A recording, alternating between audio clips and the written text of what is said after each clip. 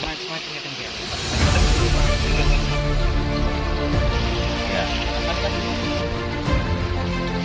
Kan itu. Pecah-pecah tuh.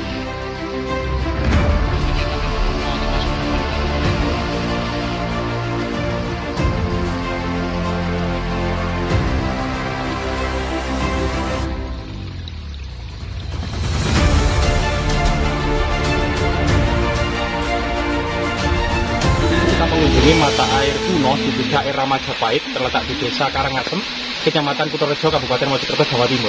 Mari kita telusuri bersama-sama. Ini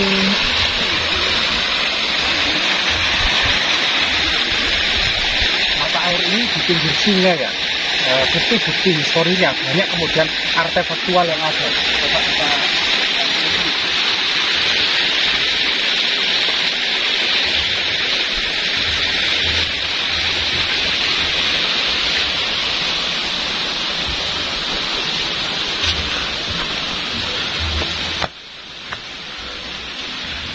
mata air ini keluar dari tebing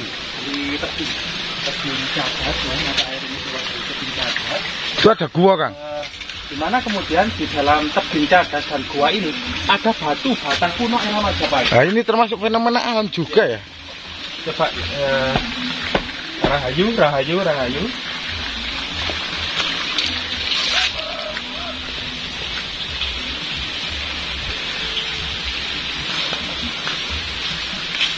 Jadi disinilah kemudian air kemudian keluar dari tebing ini. Ada pohon waru, Mbak. Ini pohon waru besar ini yang menjaga agar air tetap murni dan jernih. Ini Itu gede, Kang. Batuan Kang. batu batanya Berarti longsoran ya ini? besar sekali ya. Sudah masa purba kayak. Enggak, ini juga Majapahitan, Kang. Nah, ini protol-protolannya pakai, Kang. Ini protol-protolannya. Iya, yang Ini ada keunikan, Kang. Ini kayak ada oyot yang atau akar ini mencengkram. struktur apa ya? Kayaknya gitu. Ya, semacam ini. Jadi batu batanya ini cukup tebal sebenarnya ini. Cukup tebal. Ini seperti akarnya loh, Kang. Kayak apa nih? Gone ulo ya. Akarnya ini memang menjuntai kemana-mana, Pak ya. Iya. Menjuntai dan melilit, terutama di mata air ini. Ternyata memang banyak fragmen batu bata kuno.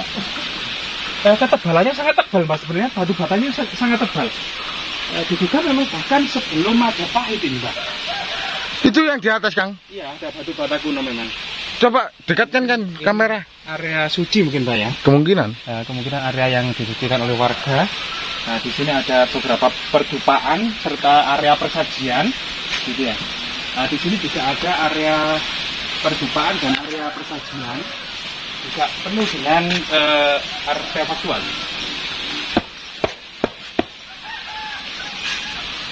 Rahayu.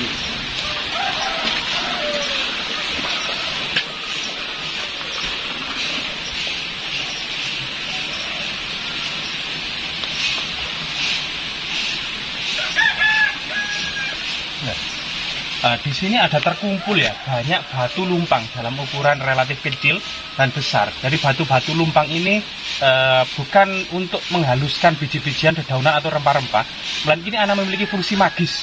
Jadi memiliki fungsi magis spiritual gitu ya. Di sini terkumpul banyak kemudian batu-batu gandik, termasuk batu-batu lumpang kecil dan sedang. Termasuk ada lumpang bolong, fragmen, kemudian pecahan batu bata kuno yang cukup banyak di sini. Nah, di sini memang batu-batu lumpang ini selain kemudian untuk pengobatan ya, alternatif pada waktu itu untuk jamu-jamuan, juga memiliki fungsi magis religius.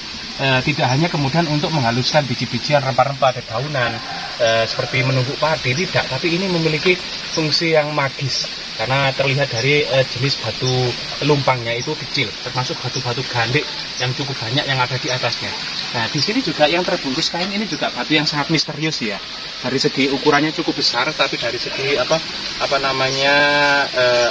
arsitekturnya yaitu balok batu candi. Mungkin kan memang ada sebuah balok batu candi di sini ya. Kayaknya lingga ya. Ya, lingga atau kemudian pusaka, Mbak ya. Ya, bisa pusaka. juga. pusaka pada masa kerajaan-kerajaan kuno. Biasanya lingga kan ada yoninya Iya, juga ya. sampai saat ini masih di persajian ya, digunakan untuk persajian sama pertupaan gitu ya. Itu masih digunakan. Nah, di sini yang sangat misterius ini juga ada mata air yang sampai saat ini masih disucikan oleh warga. Nah, ini juga pusat mata air gitu ya. Nah, ini mata airnya. Nah, di dalamnya juga ada akar-akar aneh gitu ya. Termasuk kemudian persajian, pertupaan, di sini juga ada macam-macam persajian, antara lain di sini ada terlihat bunga-bungahan, makanan-makanan kecil, koin-koin, bumbu-bumbu, termasuk telur, Mbak. Ini persajiannya. Nah, ini kemudian dari lubang ini ya, yang lubang yang disakralkan, yang penuh dengan kemagisan ini kemudian mengalir mata air yang biasanya digunakan oleh warga untuk mandi suci. Mandi suci. Nah, ini. Ini luar biasa ya. Saya nggak kepingin mandi ya. Seger ya. Di lokasi mata air atau petirtaan di daerah Majapahit ini ya, selain kemudian banyak bongkahan batu bata kuno, juga fragmen tembikar cukup banyak. Jadi pinggiran-pinggiran tembikar, kemudian tutup dari sebuah gentong, yang kemudian lah ini mungkin jejak perdupaan gitu ya, tempat untuk menaruh dupa, kemudian apa namanya kendi besar diduga ini adalah apa namanya leher kendi besar, kemudian juga berbagai macam keramik dinasti Ming, keramik Tiongkok dinasti Ming juga banyak di sini sekali, termasuk kemudian dinasti Sung, dinasti Yuan. Artinya memang keramik-keramik Tiongkok ini berbagai dinasti yang ada di sini juga. Luar biasa sekali, jadi cukup banyak sekali. Nah ini dinasti Ming pada masanya itu sangat membanggakan dengan ikon dua ikan badar. Nah, dua ikan badar ini merupakan salah satu ikon dari dinasti Ming. Itu ciri khas kebanggaan dinasti Ming. Itu dua ikan badar. Ini luar biasa sekali. Selain itu juga batu-batu gandek itu juga banyak sekali. Luar biasa sekali. Coba kita lihat yang lainnya. Nah ini bongkahan batu batanya itu cukup besar sekali, Mbak ya. Sangat besar sekali, Mbak. Luar biasa sekali besar. Ini batu bata kuno. Ini ketebalannya sekitar 6 cm ya, Mbak. 5-6 cm dan panjang sekitar 35 cm, lebar sekitar 20 cm. Nah, ini luar biasa sekali. Sangat besar sekali. Pecahan-pecahan gentongnya juga banyak sekali. Di mana ini wadah diduga wadah air, serta ini pecahan pipisan. Jadi pecahan pipisan, fragmen pipisan. Pipisan ini untuk menghaluskan bumbu-bumbuan era kerajaan-kerajaan. Ini ada yoni, Kang. Menggunakan pipisan. Ini ada batu yoni. Nah, di sini ada jejak fragmen batu yoni, Pak. Ini batu candi. Fragmen batu-batu gandek cukup banyak. Dan yang luar biasa Ini adalah, belum jadi kelihatannya. iya memang apa namanya? Unfinished. Unfinished. Nah, unfinished. Nah, di sini batu perdupaan, lumpang-lumpang kecil ini juga cukup banyak, Mbak, sebagai perdupaan. Nah, ini ada juga batu-batu gandek yang cukup simetris dan besar, Mbak ya. Nah, ini batu gandek ini. Nah, fragmen batu gandek yang lonjong. Nah, ini pipisannya. Di atas pipisan ini, cuman pipisan ini pecah dari dua. Banyak sekali pipisan. Banyak sekali pipisan, Mbak ya. Banyak sekali pipisan.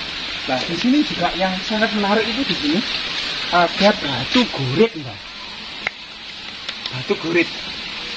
Jadi batu gurit sebagian kemudian arkeolog dan sejarawan mengidentifikasi sebagai batu gurit ini kemudian tempat secara magis untuk mengasah pusaka. Jadi ada ritual mengasah pusaka secara magis gitulah. Batu gurit ini kemudian sebagai kemudian pusaka-pusaka tersebut diasah di atas batu gurit ini. Nah ini batu gurit yang sangat. Bisa juga pedang ya, kan? Apa? Pedang juga ya. Iya. Jadi batu gurit ini ada semacam ritual untuk menajamkan secara magis. Jadi bukan mengasah secara secara profan untuk memang benar-benar mengasah. Tapi batu gurit ini untuk mengasah secara magis pusaka-pusaka tersebut. Oh. Gitu. Berarti bukan untuk senjata perang gitu. Ya, ya, agar pusaka-pusaka tersebut setelah memang benar-benar ditajamkan di batu ungkal gitu ya. Kemudian di batu gurit ini kemudian ada semacam ritual untuk menajamkan dan memperkuat ruh dari pusaka-pusaka tersebut. Nah, ini juga ada batu lumpang yang cukup besar gitu ya, batu lumpang serta batu lumpang kecil. Jadi batu lumpang kecil ini juga memiliki makna, lumpangnya bolong, Mbah. Nah, memiliki makna magis, jadi tidak hanya profan untuk menumbuk biji-bijian. Tapi batu lumpang kecil ini memiliki makna magis. Mbak Karim, kita coba kemudian mengedukasi lokasi ini yang sangat bersejarah agar masyarakat luas ini tahu, Mbak ya, bagaimana kemudian sejarahnya tempat ini. Mungkin Mbak Karim bisa sedikit menguraikan tentang sejarah dan penunggunya mungkin di area tempat ini. Assalamualaikum warahmatullahi wabarakatuh. Waalaikumsalam. Salam sejahtera buat saudara-saudara kami di Jagat Nusantara. Sebenarnya saya hanya mengasih informasi yang sudah saya ketahui dari saya. Soalnya mohon maaf karena tidak semua orang bisa tahu tempat ini. Kalau saya utarakan secara apa yang saya ketahui, takutnya nanti mereka tak percaya.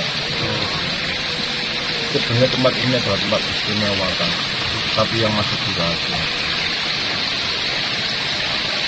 Sangat rahasia. Rahasia. Memang dirahasiakan oleh leluhur.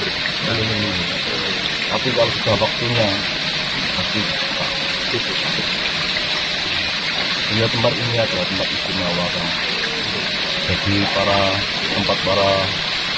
pemimpin Nusantara mulai zaman dahulu sampai yang saya ketahui di sini yang terakhir itu adalah Bapak Proklamasi Presiden Soekarno ya. Ini biasa di sini Tidak pernah bertapa di sini. ya Bapak Presiden. Dan akhirnya beliau dapat lambang Garuda itu. Sekarang buat lambang negara.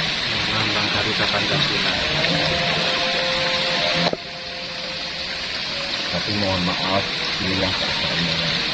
Nanti saya berusaha untuk merawat sesuatu ini. Ya, ini sangat luar biasa sekali kalau memang pernah dikunjungi oleh founding father kita, yaitu pendiri Indonesia Raya, yaitu Insinyur Soekarno.